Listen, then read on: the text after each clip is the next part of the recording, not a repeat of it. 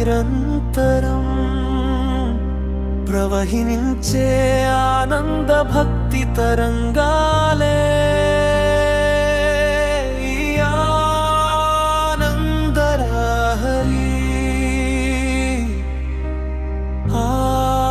ఆనందలహరి.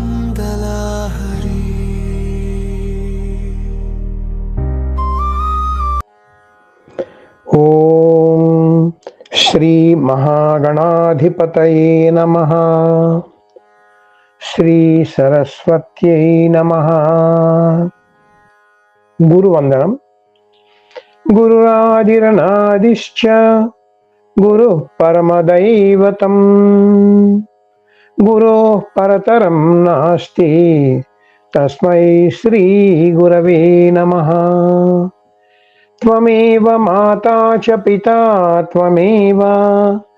త్వమేవ బంధుశ్చ సఖా త్వమేవ విద్యా ద్రవిణం త్వమేవ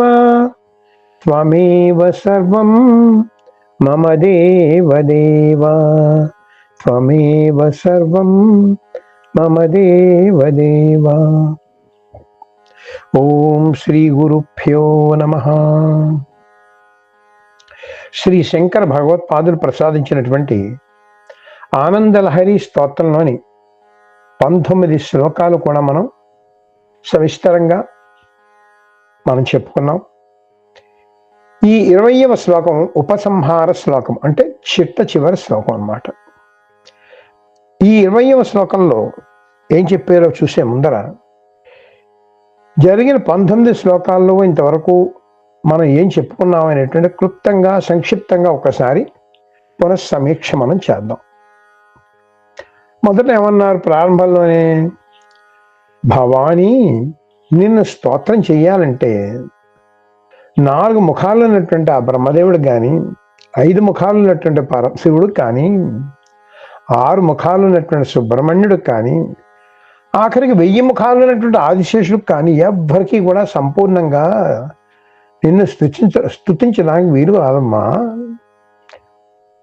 ఎందుకంటే వాళ్ళకి 4 బుర్రలున్నా, ఆఖరికి 1000 బుర్రలున్నా ఆ పరిమితిలోనే వాళ్ళు చేయగలరు. మనలాంటి వాళ్ళం ఒక బుర్రతో మనం ఎంత చేయగలం? మన పరిమితిలో మనం చేసుకుంటాం. అమ్మ తాలూకా స్వరూపం, చైతన్య స్వరూపం అపరిమితమైనటువంటిది. అటువంటి అపరిమితమైనటువంటి ఆ చైతన్య స్వరూపిణిని ఎవరైనా సరే వారి వారి పరిమితులకు లోబడి చేయాలి కదా. అదే మనం కొలుచుకోవడం అంటారు, మొదట మనం చెప్పుకున్నాం. మరి సరే, అమ్మవారి యొక్క పరిపూర్ణమైనటువంటి ఆ చైతన్య స్వరూపాన్ని, ఈ ఆనంద ఆస్వాదాన్ని ఎవరు ఆస్వాదించగలరు? నిజంగా ఎవరు వీక్షించగలరు అంటేట పరమశివ దృగ్మాత్ర విషయ అని చెప్పారు. ఒక్క పరమశివుడికే సాధ్యం అని చెప్పారు. ఎందుకు? అమ్మే అయ్యే అమ్మ. ఆవిడలో ఈయన భాగమే, ఈయనలో ఆవిడ భాగమే కదండి. అందుకనమాట అలా చెప్పిన తర్వాత అమ్మవారిని ఇహ భవ రోగాలకు ఔషధ స్వరూపిణిగా, అంటే సపర్ణగా అపర్ణగా మన ధ్యానంలోకి తీసుకువచ్చారు. ఆరంభంలోనే అవగత పర్ణ అపర్ణ అంటే ఏంటంట, మనకు ఎటువంటి కోరికలు లేకుండా మనకు కావాల్సింది పూర్తిగా ఆ భవానీయే తప్పింకేం కాదు అని కోరికలు అన్నీ కూడా లేనటువంటి స్థితికి తీసుకెళ్ళేటువంటి తల్లి. అంటే కోరికలు లేకపోవడమే కోరికలు తీరిన స్థితి కదండి. అది అపర్ణ మనకి ఇవ్వగలదు. సపర్ణను పట్టుకుంటే ఇహలోకంలో ఉండేటువంటి కూడా తీరుస్తుంది అనేటువంటిది ఈ సపర్ణ అపర్ణ అనేటువంటి వివరణ మనకి ఇచ్చారు కొంత. తర్వాత అమ్మవారి యొక్క దృష్టి గురించి చెప్తూ, అమ్మా నా దృష్టి చాలా పరిమితం, నా దృష్టి నీ వరకు వెళ్ళకపోవచ్చు, కానీ నువ్వు సాక్షి కదమ్మా, నీ దృష్టి ఎంత దూరమైనా వెళ్ళగలదు, ఎవరి మీదైనా పడగలదు. నేను నీకు ఎంతో దూరంలో ఉన్నాను, కానీ నీ దృష్టి నా మీద పడ్డానికి ఎంతసేపు మా క్షణం కూడా పట్టదు. అందుకని ఆ దృష్టి అంతా నాకు అక్కర్లేదమ్మా. దానిలో ఒక్క ఈషన్ మాత్రం, అది ఒక అరక్షణ నా మీద పడితే చాలమ్మా. నేను జన్మల్లో చేసిన నా పాపం అంతా కూడా పటాపంచలు అయిపోతుందమ్మా. అలాగే నువ్వు చేస్తావనేటువంటి ధైర్యం నాకుంది. అందుకని నిన్ను నేను చాలా దీనంగా వేడుకుంటున్నానమ్మా. ఎందుకంటే నీకు వినాయకుడు ఒక్కడే కొడుకు కాదు కదమ్మా, నీకు వినాయకుడు సుబ్రహ్మణ్యుడు వాళ్ళే కొడుకులా, నువ్వు జగన్మాతవే కదా, మేమందరం నీ పిల్లవే కదా అంటూ నిరాలంబోలంబోదరజన్ని అంటూ రమ్యంగా స్మరించినటువంటి తీరు మనం నిజంగా చూసాం. అందుకని ఆ అమ్మని నమ్ముకుని అమ్మనే మనం కోరుకోవాలి అనేటువంటి చెప్పారనమాట. అలా చెప్తూ ఏమన్నారు, నువ్వు దేవతలందరికీ దివ్యత్వం ఇచ్చినటువంటి మహాదేవివు నువ్వు. అందుకని నేను నిన్ను తప్ప ఇంకెవరిని ఆరాధించను.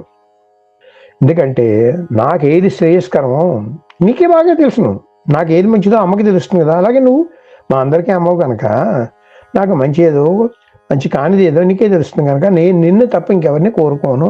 నా కోరికలే లేవు, నాకున్న కోరికలే ఏమిటి, నాకు నువ్వే కావాలి అంతే. ఇదే అనన్య భక్తి అంటారని చెప్పేసి శంకర భగవత్పాదులు మనకి ఈ అనన్య భక్తి అనేటువంటిది ఇక్కడ మనకి చెప్పారన్నమాట. ఆ తర్వాత అమ్మను ఎలా ఆశ్రయించాలో, ఆ ఆశ్రయ ఫలితంగా అమ్మవారి గృహంలోకే ఎంత సులువుగా వెళ్ళి అమ్మ కుటుంబంతో ఎలా మమేకం అయిపోవచ్చు. అంటే కుటుంబంలో సభ్యులమే కదా మనం అందరం కూడా, మరి ఆ ఇంటి నుంచి మనం యువతలకు వచ్చేసాం కదా, మళ్ళీ మన ఇంటికి మనం వెళ్ళిపోయాం అనమాట అన్నట్టు అక్కడ చక్క అందంగా అమ్మవారి ఇంట్లోకి వెళ్ళిపోయినట్టుగా చూపించారు. అలాగా తర్వాత స్తోత్ర ఫలశ్రుతిలో అమ్మవారిని అయ్యవారిని కూడా దర్శింపజేశారు. వారి యొక్క ఆనంద రూపం, ఆనంద నృత్యం, ఆనంద హేళ, ఆనంద దర్శనం కూడా మనకి చేయించారు. చివరగా ఉపసంహార శ్లోకంలో ఆ ఆనంద స్వరూపిణ్ణి అమ్మను ఎంత ఆనందంగా ధ్యానిస్తే పరిపూర్ణ ఆనందం ఎలా పొందవచ్చో చెప్తున్నారు శంకర భగవత్పాదులు ఈ 20వ శ్లోకంలో. ఆ శ్లోకం ఒకసారి చూద్దాం.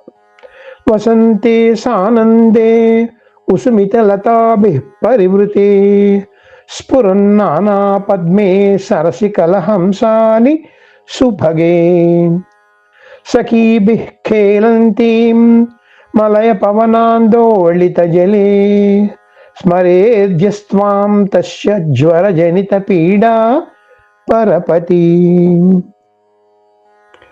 జ్వర జనిత పీడా పరపతి అన్నారు. అంటే జ్వర బాధ నుంచి మనం ఉపశమనం పొందాలి అంటే మనం అమ్మని ఏ విధంగా ధ్యానించాలో చెప్తున్నారు అన్నమాట. ఎందుకంటే ఈ జన్మలన్నీ మనం ఎత్తాం, ఈ జన్మల్లో ఎన్నో తాపములన్నీ కూడా అనుభవించాం, ఇప్పటికీ తాపం అనుభవిస్తూ ఉన్నాం కదా.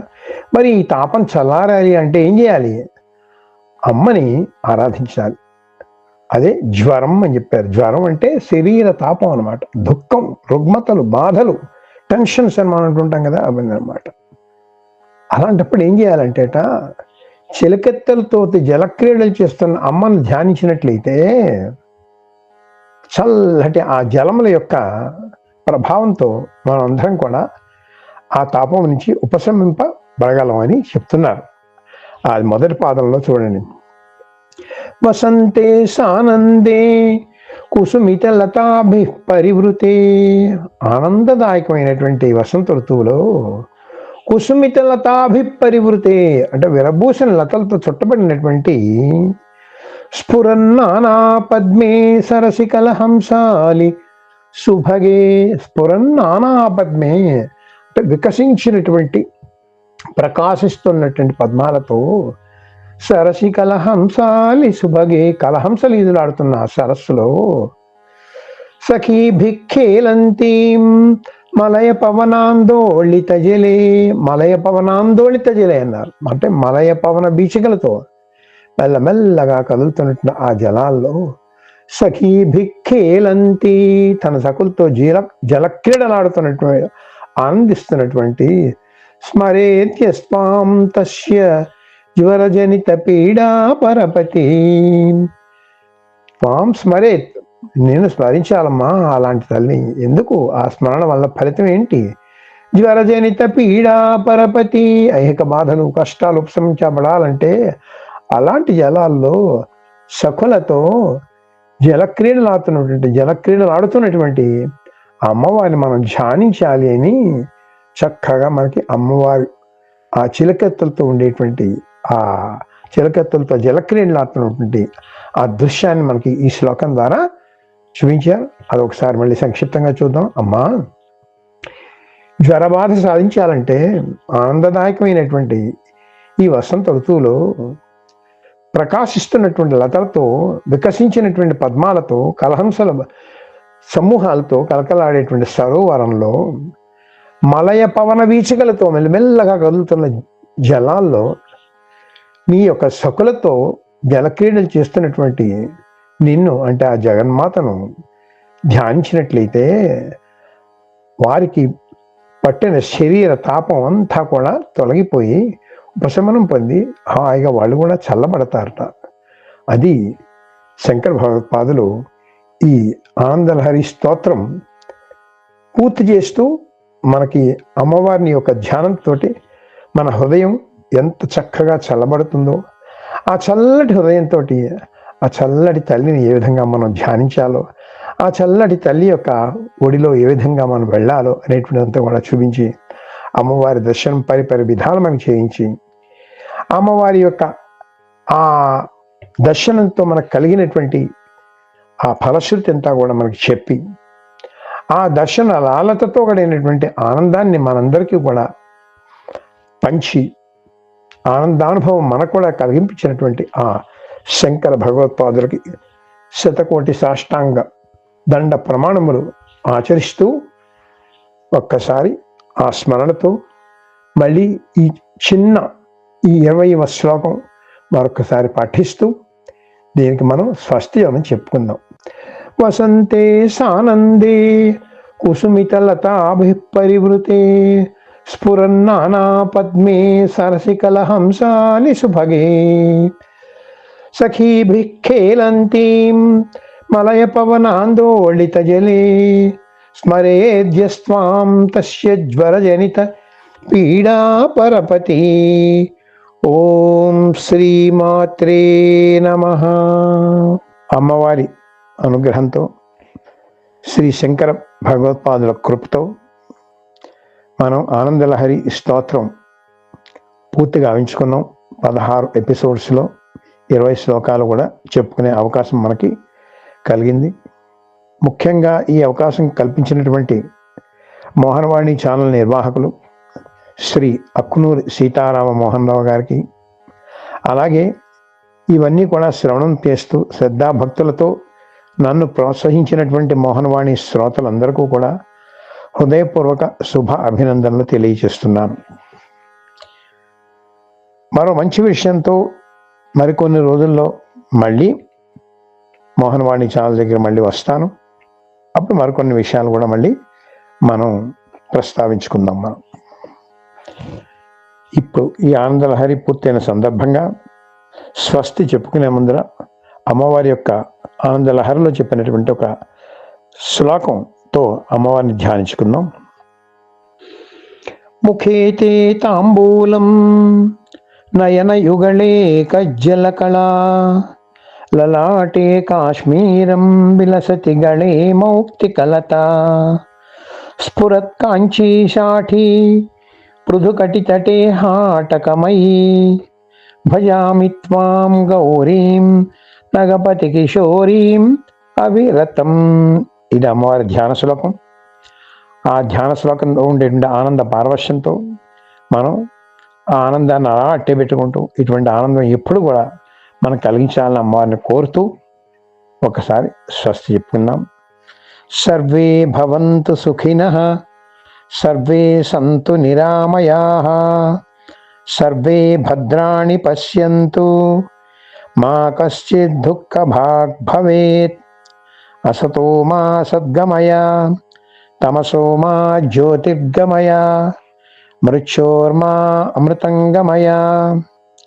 పూర్ణమదః పూర్ణమిదం పూర్ణాత్ పూర్ణముదచ్యతే పూర్ణస్య పూర్ణమాదాయ పూర్ణమేవా అవశిష్యతే. ఓం శాంతి శాంతి శాంతి. హరి ఓం శ్రీ గురుభ్యో నమః. శ్రీమాత్రే నమః. ఓం తత్సత్. మోహనవాణి ఛానల్ దినదిన పర్వర్ధమానం అవుతూ ఈ మోహనవాణి ఛానల్ నిర్వహిస్తున్నటువంటి శ్రీ అక్కునూరు సీతారాం మోహన్ రావు గారికి, వారి కుటుంబానికి కూడా శుభ ఆశీస్సులు తెలియజేస్తున్నాను. శ్రోతలందరికీ శుభాకాంక్షలు తెలియజేస్తూ అమ్మవారి స్మరణతో ఈ అమ్మవారి స్మరణలో ఉంటూ మరొకసారి మంచి విషయంతో మళ్ళీ కలుద్దాం. ఓం శ్రీమాత్రే నమః. మన కార్యక్రమాలు నచ్చితే ఒక లైక్ చేయండి, మాకు ఎంతో ఎంకరేజ్మెంట్గా ఉంటుంది. అలాగే కామెంట్ చేయండి. కామెంట్ చేస్తే మేము మంచి క్వాలిటీ కంటెంట్ అందించడానికి దోహదపడుతుంది. ఆడియోస్ని షేర్ చేయండి. ఆడియోని షేర్ చేస్తే మన ఛానల్ అభివృద్ధి చెందడానికి ఉపయోగపడుతుంది. ఇంతవరకు మన కార్యక్రమాన్ని చూస్తూ ఎంజాయ్ చేస్తున్నట్లయితే, ఒకవేళ సబ్స్క్రిప్షన్ కనుక చేయలేకపోతే ఇప్పుడే ఈ క్షణమే సబ్స్క్రైబ్ చేసుకుని ఆ పక్క నుండి బెల్ బటన్ మోగించండి. వినండి, వినిపించండి, వింటూనే ఉండండి మోహనవాణి తెలుగు పోడ్కాస్ట్.